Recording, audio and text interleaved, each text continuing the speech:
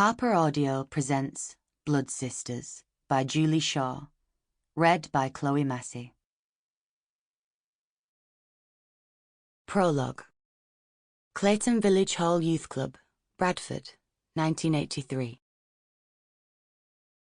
It's late on a summer Friday, the sky just turning peachy, and two 12-year-old girls who've been best friends since nursery are hiding behind the stage curtains in the village hall. They're making a solemn oath. It's the most important kind of oath, which is why they've taken the trouble, which has been both a risk and a challenge, of borrowing the craft knife from the art drawer in the hall kitchen, which they are now using, in turn, to slit the skin on their right thumbs. The blood forms beads, dark and glossy behind the drapes, as they squeeze, and in perfect synchrony, despite neither of them consciously timing it, they touch their thumbs together, allowing the blood to mix. "I solemnly swear," whispers Vicky Robinson, who is the taller of the two, "that no boyfriend will split us up, or anyone else come between us. I swear we will be sisters for the rest of our lives. Your turn," she then finishes, smiling at her friend. "I solemnly swear," agrees Lucy Briggs, her voice equally low, "that no boyfriend will split us up, or anyone else come between us. I swear we'll be sisters for the rest of our lives." "Blood sisters forever," they both whisper, in unison. Then they put the knife back in the drawer, roll up the waistbands of their skirts, and giggling as they both reapply a sheen of lip gloss, feel their way round the edge of the musty stage curtains, and go back to join the boys in the smoking shed. Life was good in the summer of 1983. Part 1. Two are better than one, because they have a good reward for their toil. For if they fall, one will lift up his fellow. But woe to him who is alone when he falls and has not another to lift him up.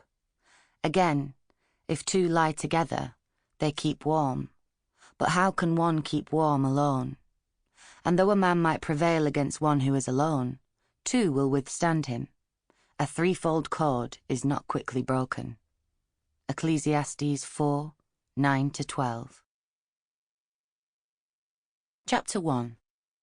Clayton, Bradford, July 1987. The world always seemed to melt away when Vicky was doing her makeup, particularly her eyeliner, which, being a posh, liquid one, required total concentration.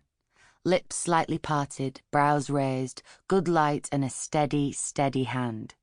Even Rick Astley, who had up to now held at least half her concentration, seemed to oblige by taking a breath so she could get the line exactly right. "Victoria! Door!"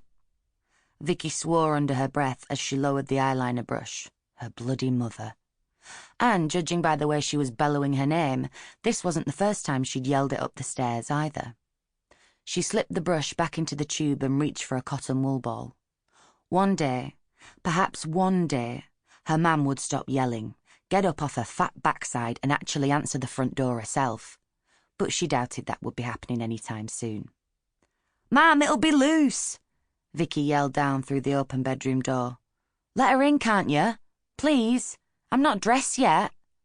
Though she ought to get her skates on, she realised. She'd been getting ready for over an hour now, and she still wasn't done.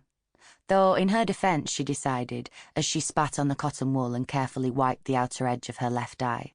This was their first night out as working girls, no more school, ever. And she was determined to look old enough to get into every pub and club in town. She just hoped Lucy had done a decent enough job of stuffing her brow with socks. She hadn't yet been blessed with Vicky's natural assets, and they were always so bloody strict down at the caverns. "I'm not your bleeding slave," Vicky's mum yelled back up the stairs, predictably. And she had a point, Vicky conceded, as she redid the final flick of eyeliner. Most of the time, these days, it felt like the other way round. But she also felt the telltale breeze that meant the front door was open, so she got up from her dressing table and danced across to her bed, humming along with Rick in her bra and knickers. "Whoa!" Sample complete. Ready to continue?